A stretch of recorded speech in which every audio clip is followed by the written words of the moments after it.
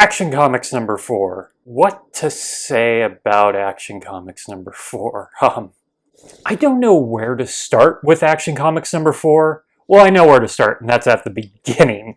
But this is going to be both hard and easy to talk about. It's maybe one of the worst issues of Superman I've ever read, just by what Superman does in this comic. He's probably the least Superman he is, and if we're talking about his evolution, my God, what could have been if he evolved specifically from this issue. Alright, so let's get into Action Comics number 4, Superman Girdiron Hero. This story also has other titles in other collections, like it's reprinted in Superman number 1, and that has a different title. I like Superman Girdiron Hero, though I would like an asterisk or quotation marks around the hero part of this title. You'll see. Okay, so the story begins with a car stalled on the train tracks.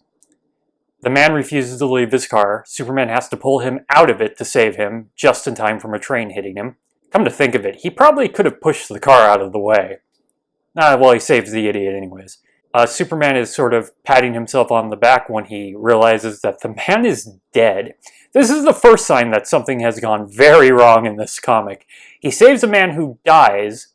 Superman thinks it's a heart attack. And you know, Superman, bright blue suit, red cape, that guy.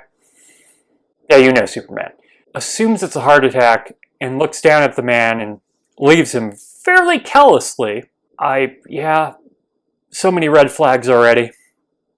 The train is fine for hitting the car. It hasn't derailed, but he goes into one of the compartments to check up on things. He jumps through the window, he hides behind a chair. I guess he doesn't want to freak anybody out after their train hit a car. Just so happens in this compartment, he hears a football coach coming in for a big game this weekend against the local college football team, whatever they are. He's talking to two men. I've read this scene more than once. It's kind of confusing because it sounds like he's hiring these two guys to play football, but by the end of the conversation, they're talking about kidnapping players for the local college team so this coach can win, because if he loses, he's going to lose his job. Now, we're not that far into Siegel's run on Superman. This is only the 4th issue. But I'm on like day 40 currently on the blog.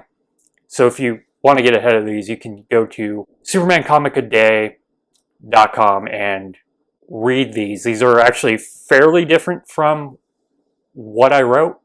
So I kind of have a feel for the Jerry Siegel run as it is. And Superman generally deals with the criminals or antagonists of a comic one of two ways. He either forces the criminal to confess to the police, which probably wouldn't hold up in court, but whatever. Or he threatens them until they leave town. That is the two ways he deals with things. And I'm not saying that's a great idea. That's not my preferred way for Superman to act. It's very aggressive, it's kind of dickish, and it has nothing to do with his hope or inspiration. But if a Siegel story kind of starts off where he could basically just do that right away and end the conflict, and he doesn't, the story will go off the rails very quickly, as it's going to do here.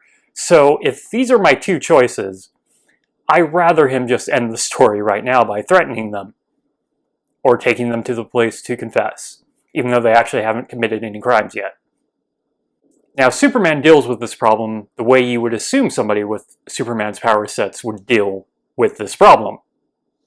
He, of course, follows one of the members of the local college football team, stalking him, knocks him out Dexter style with a hypodermic needle, takes them back to the player's apartment and imprisons them there so he can play in the football game posing as the player. Wait, that can't be right. Nope. That is what happens. That's absurd.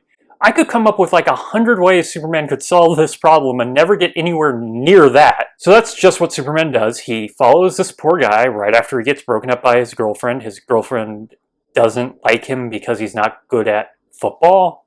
He injects him with a hypodermic needle. He passes out. When he comes to, he sees Superman.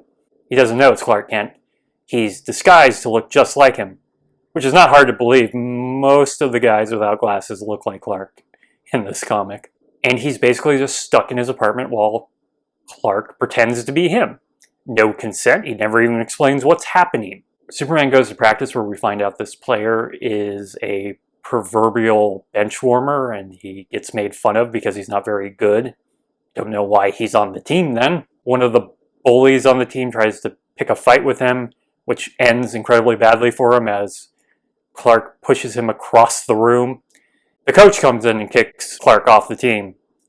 That doesn't really matter because he goes to practice anyways and runs circles around them because he's Superman. Word gets out how well this guy is playing, so instead of kidnapping the other players, the two guys end up kidnapping him in a very weird situation where they kidnap the real football player and not Superman, but Superman just goes over and frees the football player while knocking out the two henchmen, which is something he probably could have done instead of imprisoning this guy. Again, there was a lot of choices.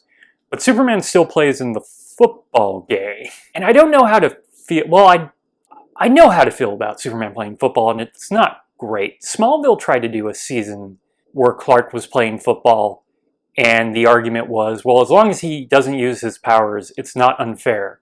But yeah, if he's not using his heat vision or breath, those powers are actually turned on or off. When it comes to his super strength and super speed, that's less a off situation and just him deciding to go at a certain speed. Like, I don't think it's fair. He's either deciding to go at one of the higher speeds an athlete can actually do, or he's going by the average speed. Either way, that's kind of unfair to either the opposite team or his own team if he's not playing as hard as he possibly can. And when it comes to being tackled, like, no one can actually tackle him, but he's going to probably have to pretend to be tackled as soon as someone hits him. But you can watch like any football game and see someone escape a miraculous tackle, and if he's just going to decide to be tackled at any time, isn't that kind of unfair to his own team that they couldn't just put somebody else in? Like, no way I can think about this is it fair to have Superman in a football game. Like, he is a guy who could score so many points single-handedly against a football team that he could basically just let the second half go without doing anything, and they could not conceivably score as much points to even tie him. What I'm kind of saying here is, I think Superman's the villain of this comic. He ends up doing exactly what the villain does, but even worse. Like, they don't really succeed in kidnapping people. He does. And he exceeds at cheating at the football game. While playing the game, he confronts the coach and basically tells him not to do that anymore, solving the entire conflict. I don't know why he did any of this. The actual football player arrives to see Superman play as him, and he gets really into how well he is doing. And he sees his ex-girlfriend getting really into how well he's playing next to her new boyfriend. She ends up breaking up with her new boyfriend so she can go back with him. At halftime, Superman gives him his life back, and he seems completely fine with that instead of, complaining that Superman took his life and imprisoned him for God knows how long, maybe a week, a few days. Once he's back in, he plays horribly. We never actually find out what the score of the game is, as she tells him that she would like him to quit football because it's very violent. And that's how the story is resolved.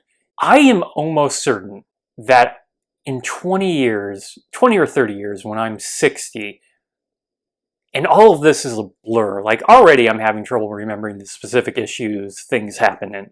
I can give the general area of when something really big happens, but I'm probably off by an issue or so. At 60, if you bring up Action Comics number 4 to me, I'm going to go, that's the one where he kidnaps a guy and imprisons him. And upcoming Superman does some pretty horrible things again. But for some reason, this one, I think it's the imprisoning for a period of time that really hits me. None of it feels as bad as it does in this comic. And I really hope he doesn't do anything as bad as he does in this comic. So yeah, there's an evolution happening. It's going the wrong way. Hopefully Siegel is able to pull him out and get him towards the Superman I love, and I assume most of you love. And yeah, that's it for today with Action Comics number 4. I will be back tomorrow with Action Comics number 5, which is a less crazy story. If you like this video, please like and subscribe. I will be doing this daily from Mondays to Fridays. Even if no one's watching, I will be here. You can also go to my website, Superman Comic a Day, and read ahead, as I am currently on day 40. Go to my Twitter, that's lastnobelsteed at twitter.com, and I will be back here tomorrow.